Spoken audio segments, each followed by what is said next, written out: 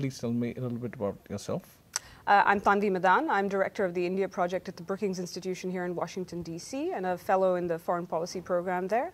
I work on issues of related to Indian foreign policy, especially related to the Indian relationships with China and the United States. But I also look at other areas, including what India calls West Asia and what we here call the Middle East.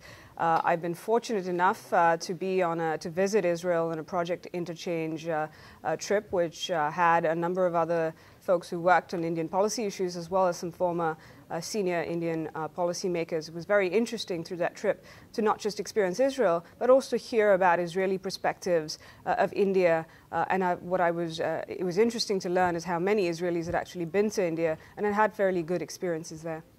What do India's elections mean for Israel? Let me preface that answer with saying that the relationship with Israel is something that has bipartisan support in India. So both political parties, whether they've said so publicly or not, are very supportive of the relationship for various reasons. It's a strong security relationship, there's a strong economic relationship, and there are stronger people-to-people ties than there were before.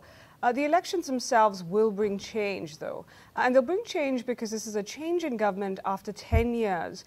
The other reason being that after a long time, and for the first time in Indian history, there's a strong chief minister coming in.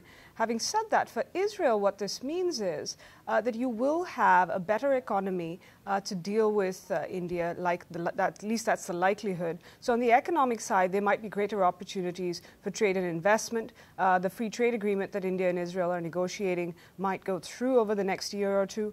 But on the security side, likelihood is cooperation will deepen. The current leading candidate has expressed a desire to increase the modernization of the Indian armed forces. What this will mean for the Israeli defense industry will mean greater sales. It's already a main supplier of weapons to India. And there will also be, I suspect, a greater desire to bring this relationship out into the open, perhaps by visits from senior leadership in India to Israel and invitations to Israeli leaders to India. And the U.S.?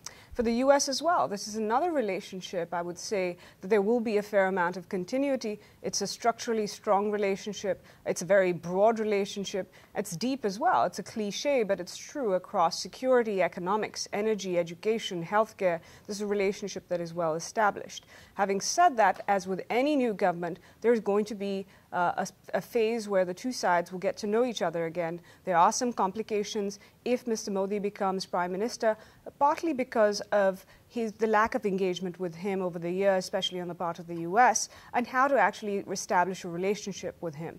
He, during the campaign at least, has said that any relationship, especially one like with the U.S., is more important than individuals. It is for structural reasons that the relationship with the U.S. is in India's interest and that the U.S. and India are natural allies.